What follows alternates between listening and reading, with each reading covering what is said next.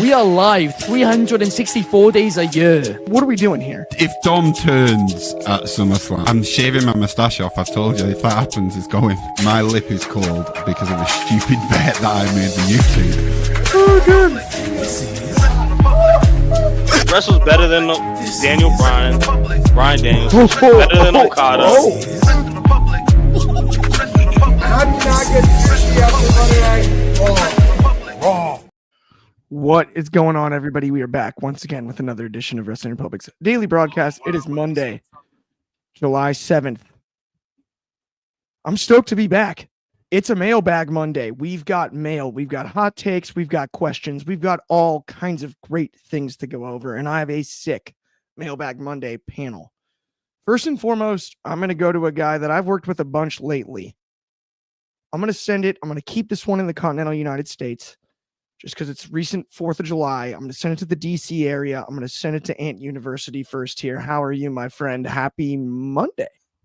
Happy Monday, Clark and Wrestling Republic fam. It is a Mailbag Monday. You know how we get down today. Here comes the mail. It never fails. It makes us want to wag our tails. Let's have a great show. Let's get it. Absolutely. I can't wait. But before we do, we've got a little bit of a return here. And it's been far too long. I'm going to send this one all the way across the pond to Sinatra's favorite, our resident theater guy, one of the best reviewers in the game, the man, the myth, the legend himself, David Sheldon has returned. What's going on? It's good to be back. It's good to be back. Hello, everybody. Very, very excited to be here and to be back today for Mailbag Monday. I'm still trying to get the location sorted out, so apologies, the light's not exactly fantastic and the mic might be a little bit airy, but we are just trying to work out some logistics because I have now moved back home for a short period. Very, very excited to be here. Lots of interesting questions, so let's get right on with it. Absolutely. Let's get right into this out of the gates. We got a few comments first. We've got L Juggalo with whoop whoop. What's going on? D Shell Fire Shot Huda. What's up? Mail time. It's mail time. Blues Clues reference out of the gates from our good friend number one Superfly. Absolutely. Let's get into our first topic, and I'm going to do something a little bit unprofessional because this was a long one. I'm going to have to read this off my phone. I apologize, my friends. But this is submitted by the Dreamslayer_NN. And this is a hot take.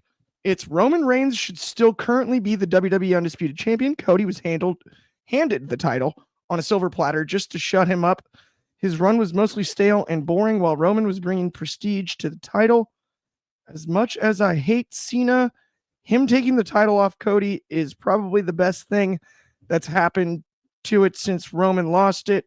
If Cena leaves with the title, maybe people will finally realize how much better things were with the OTC on top. I'm not going to lie to you guys. Before I toss this question to both of you, I had to read that entire statement without commas and essentially mentally insert them throughout the reading of it.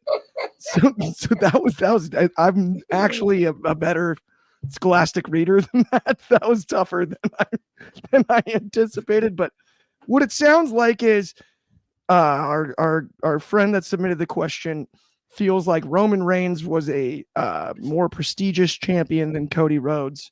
I don't really understand where the Cena thing comes in, considering he broke the record and people call him the GOAT. He's calling himself the GOAT. So there's prestige there. I don't know. David, I'm going to start with you because you're just now returning. Give me your thoughts on all of that. Do your best for me. So I've not really done Mailbag Mondays with hot takes. This is kind of a relatively new thing. So I'm sort of approaching this for the first time with this kind of format that isn't just questions. So what I'm trying to do is I'm trying to break down sort of the various different points and work out how we've come to those conclusions and then analyze them based on that. So the three conclusions I think we come to in that question is Roman should still be the champ. I've got Cody was handed the title on a silver platter, and Cena was the best thing to happen to it since Roman lost it. So I think that people were a little bit burned by Cody's title, and I don't think everybody was universally positive on it at all, clearly, as the person in this question would state. We also forget that Rowan was exactly the same when he had the title. I think a lot of us were just happy to see him lose it because there were long stretches of nothing happening. And when it comes to the prestige question, I think there is an element of prestige when Rowan has the title because he was never there. If you look at sort of Brock's title run back in 2017, 2018, people would have to fight for the right to face him, and he'd only show up every few months. And some people said that gave the title prestige, and some people said that it was boring. And, you know, the fact that the world champion was never there was an issue. I was kind of happy either way, though it did start to get a bit stale a little bit, particularly with Brock. I was happy to see Roman lose the title to Cody. I thought Cody had a really, really good run. And I think that Cena, having taken it off him, is good in storyline, but less convinced in the actual execution of it. I'd like to see Cena facing younger stars, but that's for another conversation for another day. I would, though, like to push back on the idea that Cody was handed the title on a silver platter. Whether you like Cody or not, the fact is that he has worked harder than almost anybody else in wrestling to keep up appearances, to go through the independents, to go through New Japan, to go through Ring of Honor, to come back and work really, really hard. I think the only way that we can approach that silver platter argument is that he came back and won the Royal Rumble, then lost, and then did very little, to be honest. Did a little Will Stop tour and then won it at 40. I think people would have complained more that he'd been handed it on a silver platter, though, if he'd have won at Mania 39. And even though I think that was the right decision for him to win it, even though I think it was the wrong decision for him not to win it at 39, and I stand by that, I think that, you know, he did have to go through that year of adversity with the Brock Lesnar feud. So I don't agree with that. I mean, I liked Roman as champ a lot, but there were points that I was just losing the will to live. So for me, I can't say that I agree. I'm happy that Roman's lost the title. We'd be hitting San Martino levels otherwise. But I and the argument. I absolutely love the way you broke that down because I think this is an incredibly nuanced conversation, right? We've implicated a bunch of different people here, and I like how you broke down not just 40 but 39 as well as 41 here, right? Like if we were getting rubber match Cody Roman at 41, that would have been too much too fast somehow, right? And we're talking about matches that are years apart. Is the irony of that, right? It's one of those. Sorry, I was going to say, when you look at Austin Rock, they did that every 2 years. Right. So they did the trilogy, but they did 15, 17, and 19. So I think doing 39, 40, and 41, as much as I think there is a good story, would have been a good story in that, it would have been overkill. You needed although to be fair, Cody Cena was rubbish. So maybe Cody Roman would have been a better rubber match. There's something there too. It doesn't matter. For sure. But also, I've got to ask Ant about this one. And speaking of asking Ant about something, Angie in the comments here with, are we sure Ant didn't write that? We know his thoughts on Cody Rhodes historically. I'm going to go to you, though, on this one. Do you think Roman Reigns should still be the tribal chief and still be carrying this belt? Because that's the weirdest part about the way that it was written, in no disrespect, but I can't tell if the point is he should have won it back by now, or if he should have never lost it. And now we're erasing some history there. I don't know. What are your thoughts on that, Ant? Well, I mean, as much as I love our tribal chief, right? I do not think Roman should still be champion right now.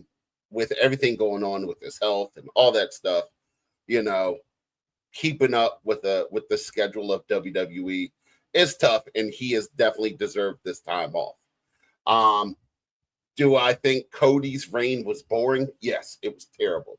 The best match that Cody had was against AJ Styles at what was it, Clash in Paris. You know what I mean? Or it was. Yes, it was in Paris. Backlash. Yes. Backlash. Thank you. I was thinking Clash in Paris, but it was no Backlash. worries.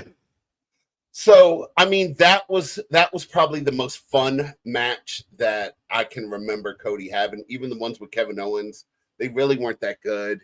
You know, Cody's trilogy with Seth was amazing, but that was before he won the title. Roman did, every time Roman stepped in the ring, it was that big match feel. It was the one everyone wanted to see. Every time he was on SmackDown, the ratings were through the roof. The tribal chief storyline, the bloodline storyline ran SmackDown for 5 years, and it kept it it kept us all intrigued. It made SmackDown the better show. Cody being it handed on a silver platter. I mean, he did what he was supposed to do. He got fired from WWE. He made himself relevant. He came back, and I feel like ever since then, though, it is definitely Cody Hogan. He doesn't lose. So we can discuss that later. This is where it gets interesting, though, because I'm actually with you on this. I think that's where this question is really funny, right? Roman Reigns being the dominant champion felt acceptable because he was billed as the tribal chief. Yes. Cody Rhodes being a dominant champion doesn't feel acceptable because, like you said, the Cody Hogan thing, right? Now that's a bit of a leap, right? And a generalization at the same time. Like, he's not Hulk Hogan bad when it comes to like babyface dominance, but it is close because it hasn't really felt super close as far as him losing outside of when he did to John Cena. And that somehow managed to feel telegraphed, at least in my eyes. If I was to just raise a counter point, and I understand that point, but when he was the world champion, what did you want him to do? Did you want him to get beat? Would you want him to get beat every 3 weeks on Raw to build the pay-per-view matches? That's because I get the King of the Ring argument. I completely understand. When he comes back and straight away wins the King of the Ring, beating everybody. That's when you start to get into the Cody Hogan conversation for the people who want to have it. But I'm just curious as to what you. I think that's where it's difficult. Let me start first, and then I'll go to you next on this one. But like, because I think it's a great question.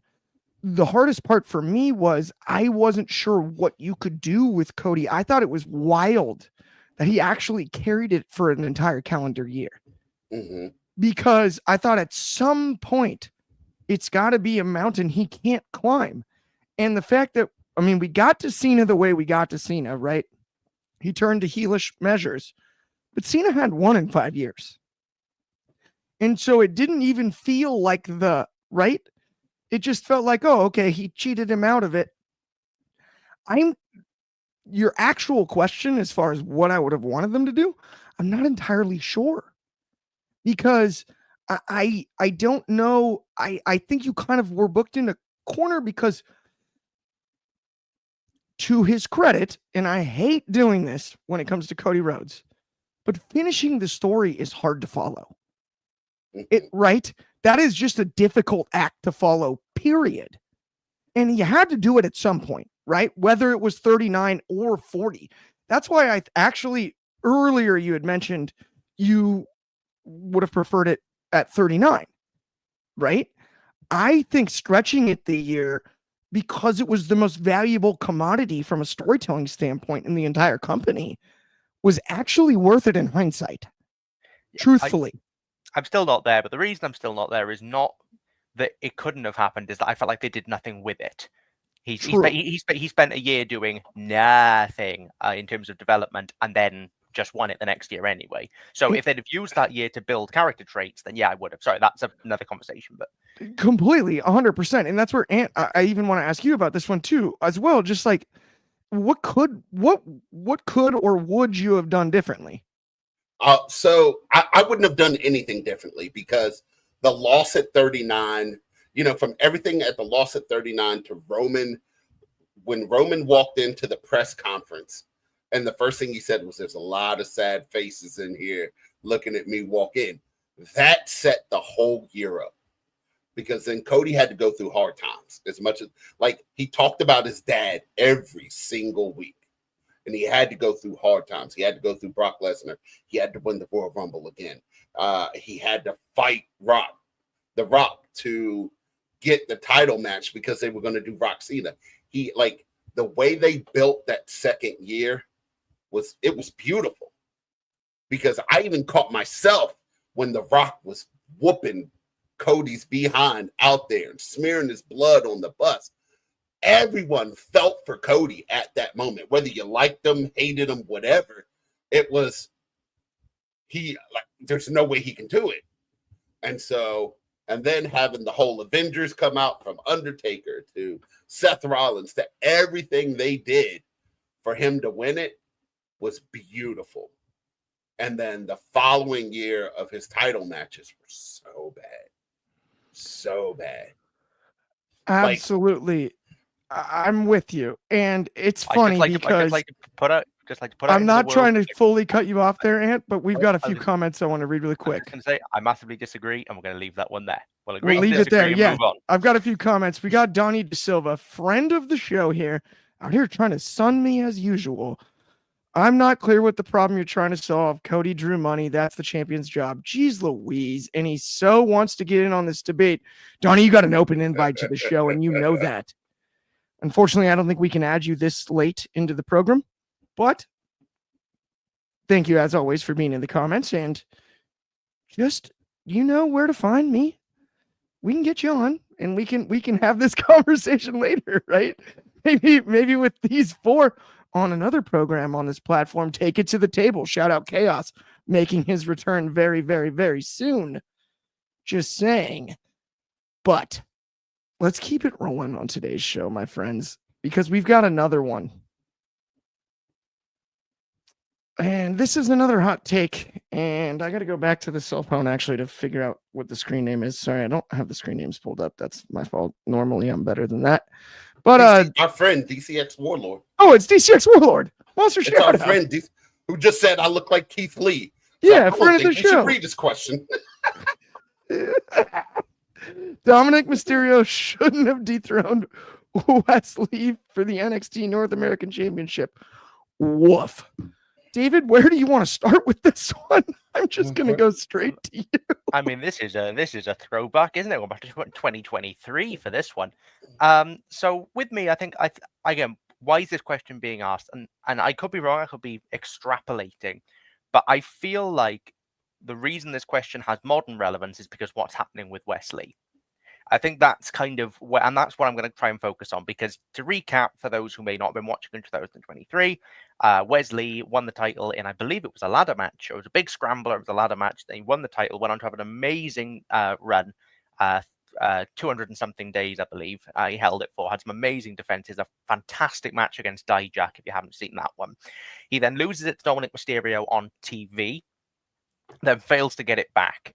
Then the title goes to Trick for a transitional run, then goes back to Dom, then goes on to Dragon Lee, goes on to Opa Femi. Femi then breaks Wesley's record for the longest North American title run of all time. Whereas Wesley goes up, he looks like he's being elevated, goes up to that world title scene, which is exactly what you want to do when you lose the North American Championship, and then gets injured. And then comes back from injury, has, walks around that scene, goes back to the North American title scene, does some stuff with the Rascals, and then ever so slowly kind of falls away. And then he's in the tag scene, and then he's on Evolve, and now he's doing stuff with Joe Hendry, and I love Joe Hendry, but it feels like we've lost that lightning in a bottle momentum for Wesley that we had at the time that he was North American champion. Should Wesley have retained against Dom? At the time, I said he should have. Now, I wasn't sure. Now I think it doesn't really matter, because Dom, it actually did elevate Dom. Dom didn't have the best matches, but it did elevate Dom. The problem is they didn't correctly follow up on Wesley. The injury didn't help.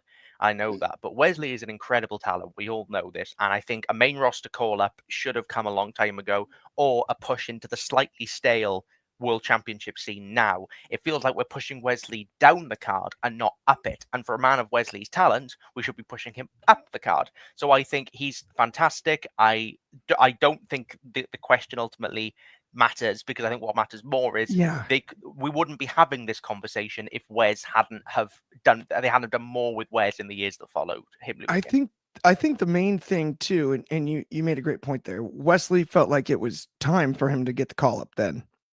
Yeah. Even then, right? What Dom has done since that victory has been pretty otherworldly, right? Like, he's had the run of his career. And I think that juxtaposition kind of makes more sense, where it's like, wait, but that was like a defining moment, and it should have been for Wesley as well.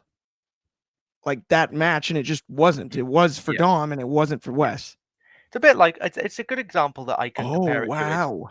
to. It's Donnie with here's a hot take. Wesley's close. At the mid, based on booking, True. potentially. And Hard to deny. and that's deeply unfortunate, but that is the truth. I just want to bring in one other example, though. People always mention, was Bray Wyatt losing to John Cena at Mania 30 the start of his severe decline? It wasn't. What did it was the year's worth of rubbish booking after he lost it. And that's often the case. Big losses sometimes really hurt people. They do really hurt people, to be fair. And it did hurt Bray, and it did hurt Wes. But if you can build back, it doesn't matter. You know, it's how you bounce back from that. They've just not bounced back well enough on Wes, and it's a real shame because he is a fantastic talent. Absolutely. Well, there's a cleansing. There's a cleansing that's about to happen in NXT. So once Obafemi gets the call up, it's wide open to who's going to be the next NXT champion, and that's where you can rebuild a Wes Lee. That's where you can rebuild a Wes Lee, give him a title run. He can have amazing matches with Javon Evans, Ethan Page, Ricky Saints, so you can build him back up. I think as of right now with Oba, like after the match that Wes Lee had with Obafemi for the NXT North American Championship, there's no way right now after that domination of Obafemi that you can make Wes Lee look like a credible threat to the NXT Championship title right now. And aside from Jasper Troy, there's really not anyone else that could look like a credible threat. I don't think he needs to go to TNA. I thought the run he did with the Rascals hurt him even more. Like I don't think it was good. You can't, like, when they had him lose on NXT to Gigi Dolan's boyfriend. Like it just that's not where I thought you were going. Zachary Wentz. No, Zach, yeah. That's the one. Okay. Wait, Gigi let me go full LA Knight here and let me talk to you really quick. If you haven't already downloaded the Etsy app, do me a huge favor. Go download it right now. It's totally free. If you haven't seen me and you, Cam Takes, the man, the myth, the legend, we the ones, occasionally Ben Allison over on Etsy. Here's the best part. The app is free to download. You join one of the live streams. You want to argue with us about any of this stuff we've been talking about, anything we ever talk about, Cody Rhodes, John Cena, anything in wrestling. All you got to do is have a microphone and a cell phone. You don't even have to turn the camera on if you don't want to, but you're more than welcome to. I'd say pack a lunch if you'd like to argue with us, but that's just me.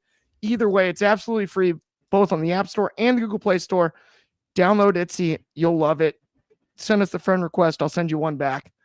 I'll give you that much. No doubt about it. But let's keep today's show on the tracks, my friends. Let's talk about Jey Uso and Gunther. All right. And this is from our friend Y. Wilson. This one is that Jay's reign was 10 times better than Gunther's as world champion, which, let me put it this way. I was at the Rumble when Jay won the Rumble with his Yeet entrance and everything and the Yeet exit. I saw his entrance at Money in the Bank, and I saw the match that he lost the next night. And I'm going to ask you, is that real? I don't know. Is this what we think? Well, okay. So reading the question that he put, it says Jey Uso's short title reign was 10 times more fun than Gunther's. And I feel like that's a subjective question, because when you look at the word fun, yes, anytime you have a babyface title reign, it's going to be more fun. And someone like Jey Uso, who has the big entrance, who does the yeet, who gets the crowd involved, of course it's more fun. Gunther did a better job of making everyone that he wrestled look like a credible threat. He made everyone, he elevated everyone who stepped in the ring to him. I mean, back when Chad Gable was just starting Alpha Academy, and the stench of Shorty G was still on him, he made Chad Gable look like a credible threat for that Intercontinental title. So it's apples to oranges here. I don't think. I mean, yes, I will agree with it. It was way more fun, right? From the entrances to the people wearing the glasses to the bright colors to the everything, the dancing in the ring, the hanging out with it was fun, sure, but fun doesn't pay bills all the time. Yeah, and that's why Gunther retained his title from Jey Uso. I really do think, or regained, I guess technically, but right, I really do think you're spot on there. And Donnie in the comments agrees. He said heels run should never be fun. Yeah, I think that's the truth. There was a level of fun to Jay's. Go ahead though, David. I was going to say I was frustrated by both runs, particularly Gunther's, because I love Gunther so much, and I felt like they were mishandling that title reign. Whereas Jay, I had less investment in, so I was kind of happy to go along with the Yeats. But I did just have a little look and just compare the reigns. So Jay obviously won the title against Gunther, then lost to Seth by DQ on Raw, then beats Logan Paul, then loses the title. Those are all the title matches that he has. That's his entire run. That's pretty poor, like really poor, in terms of an actual world title output. Gunther has had better matches. Had a great match with Sammy. Had some great matches with Priest and Balor and all those people. But Gunther's felt more long and protracted and frustrating because they tried to do stupid things like turn him into a champion that didn't know if he could still do it anymore. Yeah, Gunther. It's not why we like Gunther. no, We want Gunther to beat people, and we want Gunther to face those top stars, because they forgot in both reigns it was a problem with Gunther's and Jay's to give them top stars to fight. And now, hopefully, with the tease on Raw of Gunther and Punk, which brings us on to our final question, that is the perfect direction to go into, because it gives that title a top challenger, not just a top champion. Right. One of the best ways I've ever heard Gunther described is a friend of mine, who's not even that huge of a fan of professional wrestling, but he watches his stuff. Nick, my old college roommate, but he said Gunther is the perfect horror movie villain that doesn't need a gimmick. You're right. Like he doesn't have, he's just scary. He's the mountain that's unclimbable. Yeah. Right. He doesn't have a weakness. He's just a scary dude. Yeah. Right. There's no superpower. There's no nothing else other than just beat you up for 20 minutes. If that's what it takes, he can finish the match in 11 different ways. Right. It's what made Prime Minoru Suzuki so good. Yes. Exactly the same. Exactly the same metrics. He just beat you. He was scarier than you. He'd hit harder than you. He was a better submission wrestler than you. Find the weakness, and that's what makes Gunther so good. Find the weakness. They are there. Yeah. It's normally his arrogance, but you've got to, and that's what I love about Gunther, and that's what they didn't exploit nearly enough in the world title run, and that's what this run has got to do. Please don't have him lose to Goldberg. Please. Right. Please. Well, here's something that WWE has to explain to me.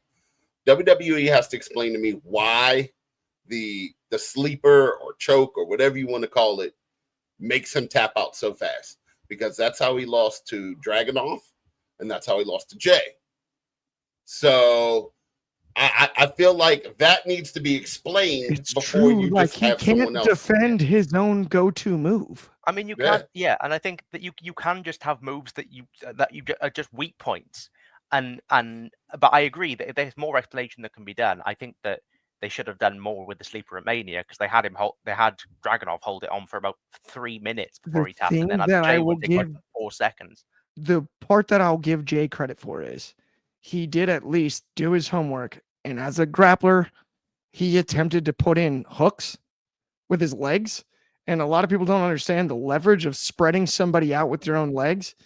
A lot of people, when they throw the sleeper in, right, it's just the arms, and then if you can get your feet under their knees and extend your hips, that spreads the person out in a way that it makes the choke relevant, because it becomes a blood choke at that stage, and then it's blood to your brain. It's not an air choke. It has nothing to do with your esophagus. You don't actually even know you're being choked if it's executed properly. Right. Both of them kept going back and forth with it. Like that was an integral last 5 minutes of the match. Both of them going after the sleeper or rear naked choke or whatever you want to call it. You know, so like I for me in the story, it has to be explained, right? Like that way I understand. Oh, okay. So Jay found a weakness. Jay knows that I hit this on you, you're going to tap out. And then it builds Gunther's story going up because now he has to defend against everyone knowing that if I can lock in a rear naked choke on Gunther, I got a good chance of beating him. You know? So I don't know. I think that would be great storytelling right there. 100%. An unbeatable person, you know. Okay, before we get into the main event really quick, we've got a bunch of comments here we want to go through. Donnie DeSilva with Gunther is your prototypical 1970s heel, comes off as a total shooter, and has the soft-spoken promos that command respect. Yes, I love that. I agree. Numero one Superfly, if Goldberg defeats Gunther, then Seth has to cash in the briefcase on Goldberg to make his final match the saddest ending of all time. If that's going to happen, hang on, before we go to the main event, because we've got to run through these comments and then we do actually have to get in this last segment. But I will say this. Braun Breaker is also from Atlanta. Have him cut Goldberg in half. If Goldberg's going to beat Gunther, have him cut him in half. 2 Atlanta dudes, 2 guys from Georgia, a moment in Atlanta, and then Seth comes in and cashes in. But make it about Braun Breaker. Make it about Braun Breaker and nobody else. Have Braun Breaker take out Gunther. Both. Have him take out everybody with Spears in his hometown. Right. Okay, either way. Let's keep going. Oh, yeah, no. Shaw doesn't like it, but Donnie DeSilva with, I agree, they should have explained it. If I was on commentary, I would have said Gunther knows there's no escape and would rather tap than be humiliated by going to sleep. Oh, Donnie, that is a great commentary call. I would love that. But my friends, we could talk about this the rest of the afternoon. I know that, especially with us 3 and everybody we've got in the comment section. Thank you so much. But let's get on to our main event. Let's talk about CM Punk. This one is from, and I got to look it up again. I apologize. I don't have them elsewhere, but it's Igor Almeida. 1107, and it's taking too long for CM Punk to win a title reign since his return. I think he should have gotten at least one title run by now. Wow, do I strongly disagree. No. And I'm not trying to go full Dikembe Mutombo finger wag, but I am actually. No. What do you mean? The value of CM Punk, the guy that took his ball and went home, was never coming back to WWE. He went to AEW specifically because it wasn't the WWE. And he ended up back in the WWE. And is still a babyface? Should not have had a title reign by now, or it would be stale as all stale. That's like leaving a saltine cracker in the pantry for 3 years. Don't do that. No. The chase is still important because guess what? He still has the audience in the palm of his hand as a babyface. That's my opinion. I'm going to go to you first, Aunt You. Then I'm going to you, David, because I know you have more than enough to say about this one, my friend. Yeah, after watching CM Punk get beat in the UFC twice, badly as he did, he's lost all credibility. He's not the best in the world. You know, you got guys like Brock and Bobby Lashley who went and made amazing MMA and UFC and Bellator careers, and they should be credible champions. I'm still upset that CM Punk beat Drew McIntyre the way he did. I don't believe it. I don't believe it.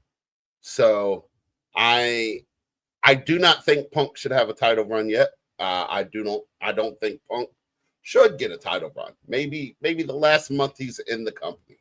Maybe right before he retires. You just give him one. I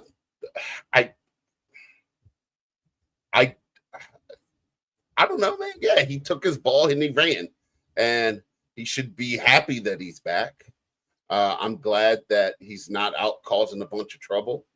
The pushing the kid in Saudi was terrible. And he deserves everything he gets. I am not a fan of CM Punk. I hear you there. And here's the thing, too. We've got a bunch of comments here, too. Donnie De Silva brings up a great point here. Punk won the title twice in AEW. Like, so quickly we forget.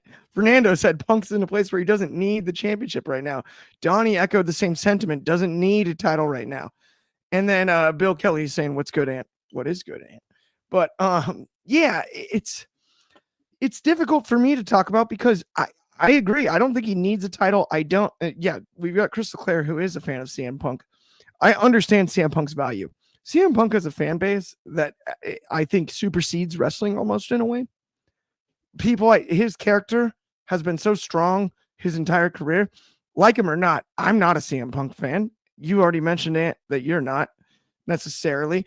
David, I'm not exactly 100% sure where you stand on that, nor do I think you even have to decide today whether or not you're a Punk fan, because I ebb and flow. There are things I like, there are things I don't. But when it comes to Punk, he's such a polarizing character. He provides his own fan base and brings in money in a way that is unique to professional wrestling we haven't seen in a long time. He almost feels like an outsider compared to some other characters, I would say.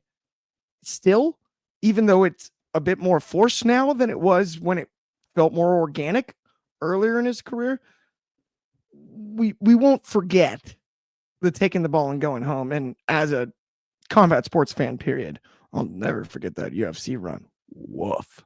But at the same time, David, I do have to ask you the same thing. Do you think it's time to put a title on CM Punk in the WWE?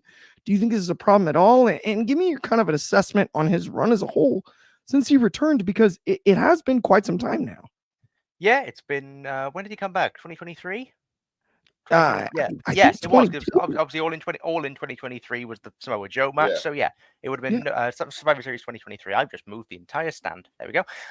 So it's fascinating, really, because I feel like I've been the person who's taken the most shots at Punk over the last few years, and I might be the voice of positivity here. So I have a very complicated relationship with CM Punk. I've come to, as have a lot of people, I think, now come to terms with the fact that CM Punk as a person is a hypocrite with moral values that fluctuate like the wind. But, and to be fair, I don't think CM Punk is a bad guy by any means. I do think he is a massive hypocrite, but I don't think he's a bad guy. What I try and do is focus on now Punk as a wrestler, and I take him as I find him. My problem with Punk was always that he was in AEW, we had obviously 2 world title runs, one done by an injury and one done by a Mindy's Muffin rant and another injury. So the fact that he's managed to, came into WWE, immediately got injured again. So the injury concerns are still there, and that could be a major reason why they don't want to put the world title on him, because of those injury concerns, because he could just explode at any moment. I am not in favor of putting the world title on Punk unless they can give me a good storyline reason why. I'm not opposed to Punk having the title by any means. I am still a fan of Punk's in-ring work. I'm still a fan of his promo work. I'm still a fan of what he does on screen. My opinions of what he does on screen and my opinions of his broader moral character are 2 very different things. I think that we mentioned about the Goldberg thing and about having Seth cash in to ruin Goldberg's moment. I stopped caring about Goldberg 6 years ago. 9 years. 2016, that was the last time I cared about Goldberg. So, so if they're going to do that, I would transfer it over, and I would have, if you're going to have Rollins ruin anybody's moment, have him ruin Punk's. Do Punk versus Gunther at SummerSlam and have the cash in there, and have Rollins take Punk's moment. I wouldn't even have Punk win. I'd do the triple threat or something. I don't know. It's a difficult booking, but I want to see Punk versus Gunther really badly, because I like both guys in ring work, and I think they've shown on house shows they can clash really well. And I think if you've got to do the cash in anywhere, rather than ruin it on Goldberg, who he's done, he's leaving, focus on the now and focus on the Punk Gunther feud. I think that's a much better place to do it. I think that's totally fair. David, you have just said something beautiful. Triple H always talks about long-term storytelling, right? Let's say WrestleMania. Punk gets his moment. Punk beats the champion, whoever it may be. Drew McIntyre comes out of nowhere, destroys Punk. Seth Rollins comes down and cashes in. Poetry all the way around. That would be beautiful. Yeah, Yeah. it would be a really cool moment. I'm not sure how much longer I can stomach Punk and Rollins as a feud, because Same. this gone on for so long. We started this feud in November 2023, and we're still going. I know we had the injury, and we moved on to Drew for a bit, but it's a great idea though. It is a really, really good idea, and however it's done, in whatever configuration it's done, Right. that general idea is really cool. Maybe SummerSlam instead of WrestleMania. You know what I'm saying? SummerSlam being a 2-day event. But yeah, I think something like that would be beautiful. It would be a great callback. And just being able to watch Drew McIntyre sit there and laugh, you know, bored at work. I will say, guys, we could talk about this the rest of the afternoon, evening, morning, depends on where you are geographically, but that is going to bring us to the end of today's show. Happy Monday. Thank you, everybody that submitted questions. Thank you, everybody in the comments. If you have not already liked and subscribed, please do. That helps us out immensely. On behalf of me, Clark, David Sheldon, and University, the man himself, all of us here at WR, thank you so much, as always, for tuning in. We will be back same time, same place tomorrow. Of course, that's noon Pacific, 3 o'clock over on the East Coast. It's 8 o'clock in the UK and 9 a.m. for my friends in Hawaii. Thank you. As always, enjoy the rest of your Monday, and we will talk to you soon.